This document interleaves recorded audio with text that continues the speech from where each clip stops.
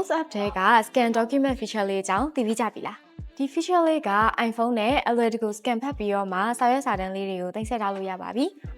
ဒီလိုလုပ်ဖို့အတွက်ဆိုရင်တော့ note တစ်ခုကိုဖွင့်ပြီးအောက်နားက icon လေးကိုနှိပ်လိုက်ရင် scan document ဆိုပြီးပေါ်လာမှာဖြစ်ပါတယ်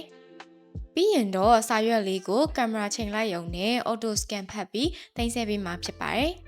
document အနာသက်တွေကိုအလိုလျောက် crop လုပ်ပေးမှာဖြစ်ပြီးတော့ကိုယ်စိတ်ကြိုက် crop လုပ်လို့လည်းရပါတယ်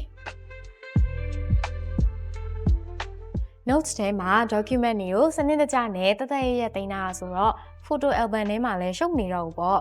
အရန်အသုံးဝင်တဲ့ feature လေးမို့လို့အခုပဲစမ်းကြည့်လိုက်တော့နော်ဗီဒီယိုလေးကိုအဆုံးထိကြည့်ရှုပေးရတဲ့အတွက်ကျေးဇူးအများကြီးတင်ပါတယ်ရှင်နောက်များမှာလည်းဒီလိုမျိုး Apple device နဲ့ပတ်သက်တဲ့ knowledge တွေကို sharing လုပ်ပေးသွားမှာဖြစ်တာမို့လို့ Android Apple Authorized Reseller page လေးကိုစောင့်ကြည့်ဖို့မမေ့နဲ့နော်